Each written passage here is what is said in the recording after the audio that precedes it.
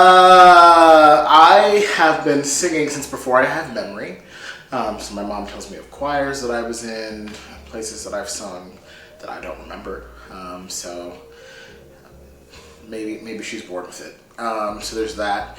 In terms of acting, the teacher who inspired me to become a teacher was just like, you should do some acting thing. And I was like, I sing, I don't act. And she pushed me there, and I fell in love with it. And I did it all through middle school. I majored in it when I went to performing arts high school. And part of the way through, I just missed music a lot. And kind of by the time college came around, I got very disillusioned with theater.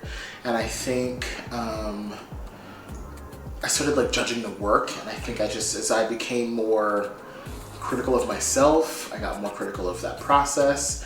And then I think it was really hard for me to distinctify theater versus a lot of the whiteness that I was encountering while practicing theater. I was not vibing with. So I stepped away. And now this is my slow return to doing it. But I like it. It's with people of color and it feels different. And I'm writing it, so I'm playing to all my strengths. But yeah.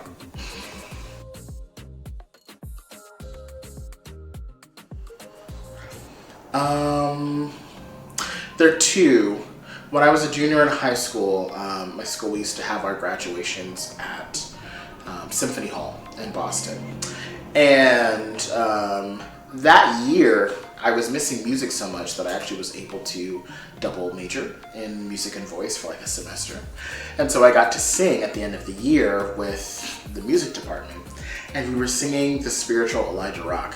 And there's this one point where like there's this, all these different parts, there's like 9 different parts that happen. And they all build and they all build and they all build. And then they like cut out.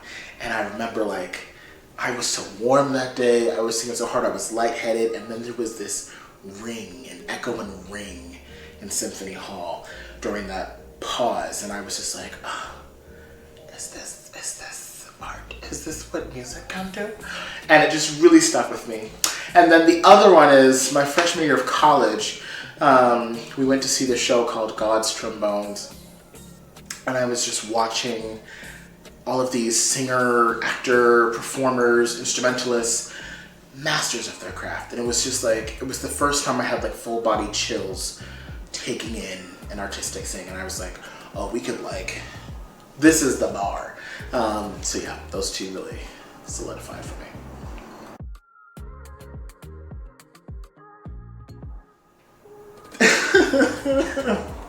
I'm retired. I don't know the answer to this question. I don't think about this.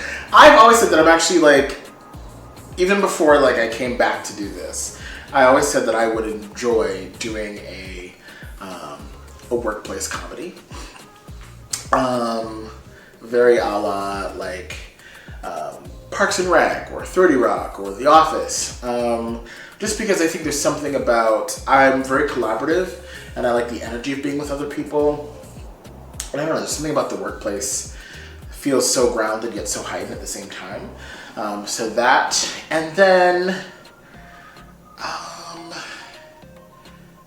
I'm still figuring out the rest. But I think, yeah, that's the kind of genre that I'm drawn to. I mean, with fantasy, obviously it's like the professor type.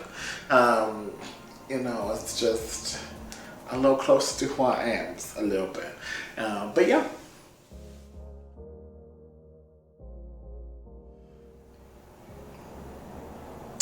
For a long time, I felt like there was so much that I wanted to do that all felt so random and disconnected.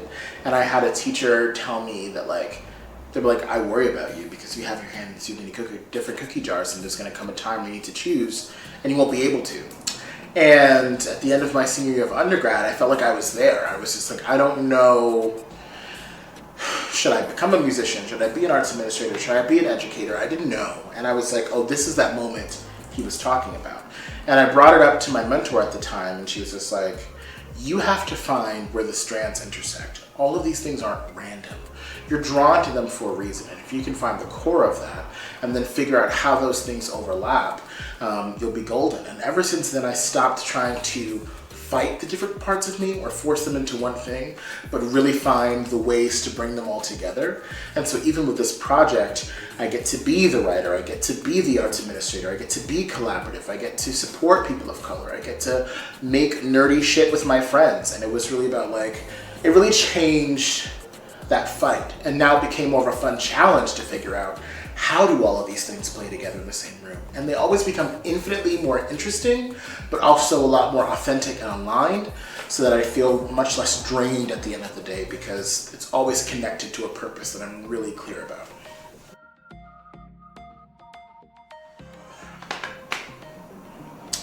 I think writing for me has been a journey that's been very interesting. I think it's the one that I've developed the most authenticity in. It's the discipline that requires the most discipline from me. And so finding ways to just improve in the craft of it all is something I care a lot about. And I get a little foo-foo about this, but I believe that artists are vessels. And I think it's my job to do as much of the work as I can on myself, to be a good vessel for the work that's coming through me. And so really figuring out how to do that more as well.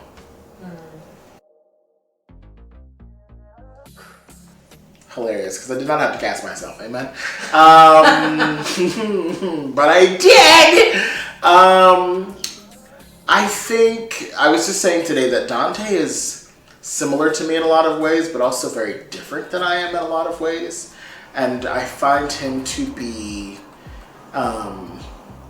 when I was still discovering him early on, I found that forcing him to make a different choice than I would make really helped make that clear, but like made me feel kind of anxious. And I find that he's somebody who is a lot bolder and braver than I am. And I know that like, I prioritize my comfort in life. And if there were ever an opportunity, I even think about it, like to find magic, but if that meant like you might almost die, I'd be like, I would rather live a safer life and not have magic than do that. And I think Dante's teaching me that like, you gotta be bold and take some chances. So I love learning from him as part of this cast. And then most importantly, part of why this even happened was I was lonely. I think I'm so used to creating with other people, and writing I found was such a solitary experience that I was just like, let me find somebody to like bring these people together. And so to create with these people whose talent I've been blown away by for so long, and to be able to write to their talent in a way that like pushes them and forces them to grow, and to really do a really hard, artistically rigorous thing together and curate a space of safetyness and celebration and comfort and joy, while simultaneously fostering growth, is really exciting. And I think just making something with your friends that we can all be really, really proud of, yeah, that's what I'm looking forward to the most.